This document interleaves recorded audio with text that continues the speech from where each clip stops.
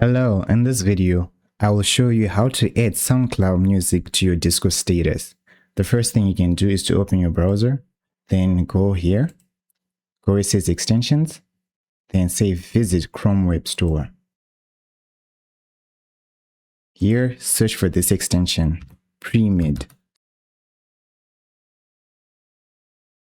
Add it to Chrome, add extension,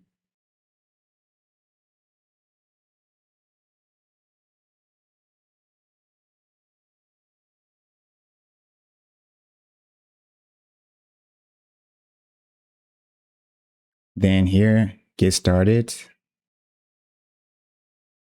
connect with Discord, continue to Discord. Here, enter your credentials for Discord, or you can scan with the QR code. After you do that, go to Discord and then go on settings, go where it says privacy, then make sure this is on where it says share my activity. And then you can go to SoundCloud.